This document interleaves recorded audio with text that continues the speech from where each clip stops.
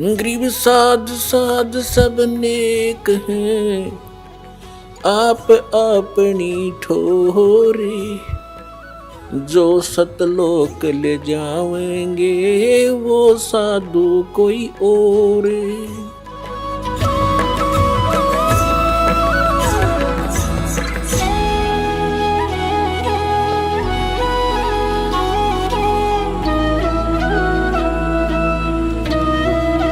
और पांचवा ये भी हो गया कि दुर्गा को प्रकृति भी कहते हैं। अब देखिएगा, पवित्र श्रीमद् भगवत गीता, गीता प्रेस गुरुपुर से प्रकाशित है। जय दयाल गोविंद का इसके अनुवादक है। अब 14वें अध्याय के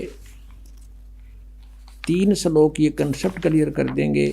कोड वर्ड है, चारों वेदों का संक्षिप्त वर्णन है ये, बहुत ही शॉर्ट में। अब देखना यहां से,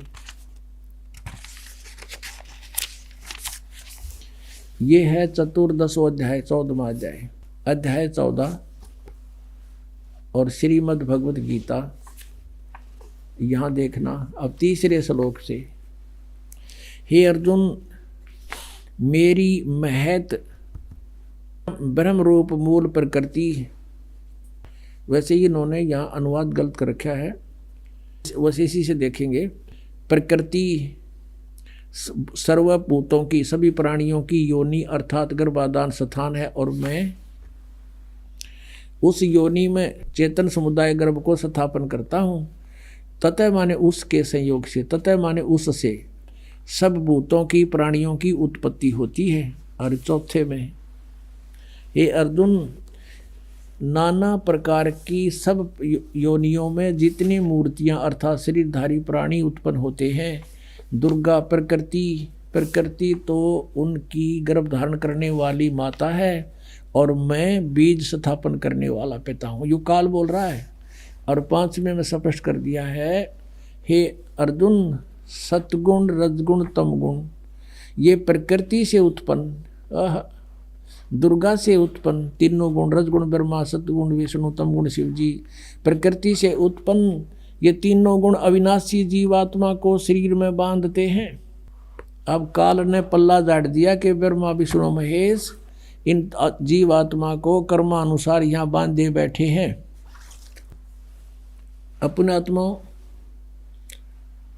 ये है, इसको कहते हैं तत्व ज्ञान, और उसको सतगुरु कहते हैं जो सदग्रंथों को अच्छी तरह समझा और समझा दे। और पुण्यात्माओं, सौभाग्य आपका, आप बहुत पहले आ गए इस मालिक के चरणों में। ये पुण्यात्मा जो टोल के टोल झुंड के झुंडों नकलियाँ के फंसे पड़े हैं, उनको जो भी सच्चाई का पता लगेगा, रोएंगे बैठ के कर्माने। अब देख कैसा जुल्म किया इन्होंने हमारे साथ, हम बर्बाद कर डाले इन नालायका ने, अपना कर्म बिगाड़ा और हम काल के जाल में फंसा दिए। पुण्यात्माओं, यहाँ पैर टेकने जगह नहीं रहेगी, वो दिन दूर नहीं है। आज कोई पागल नहीं है। जब हम अपने स्वार्थ के लिए सब कुछ कर सकते हैं, तो क्या परमात्मा पाने के लिए उन नकलियों को नहीं छोड़ देंगे? जिस दिन उनको ज्ञान हो जाएगा, एक भी ढूंढा नहीं पाओगे उनके पास। वो एकले बैठे पाओगे, क्या उनके परिचर पाओगे उड़े बैठे, बाकी सब आ गया होंगे यहाँ पर। एक गांव में एक अंधा था, अंधा, वो बाहर से आता था, और वहाँ क्या करता था, वो भजन सुनाया करता, रागनी रुगनी गाता था, इंटरटेनमेंट कराता था। उसके बदले उसने कुछ पैसे दान हो जाते थे, वो हफ्ते 10 दिन में आगे डा करता उड़े। तो उनको क्या हुआ, एक बार उन व्यक्तियों ने सोचा भाई यो तो 10वें दिन आले है और ये सिर में दर्द करे। तो उन्होंने कहा कि सूरदास, आज तो बहुत घने व्यक्ति आवेंगे और तेरे बाहर व्यवस्था करनी पड़ेगी। कहा अच्छा भाई, बाहर कर देता है।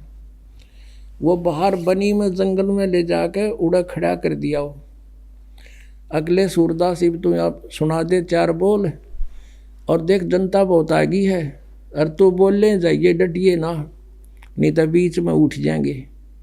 और देख कति सन्नाटा छा रहा है ना, बहुत इंटरेस्टेड है तेरी बात सुन। उसने उड़ा खड़ा करके वो 5-4 थे वो चले गए, वो एक लाए बांडे खड़ा। तो वहां रास्ते चलता व्यक्ति आ गया।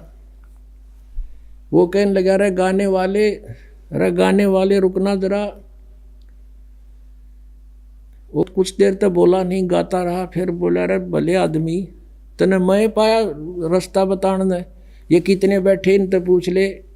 ने बोला, तेरा फूफा बैठा है, एकला बांडा खड़ा खड़ा। तो इन गेला वाह बनेगी एक दिन इन सारे संतां के लिए, सारे बाजाओंगे यहाँ पर।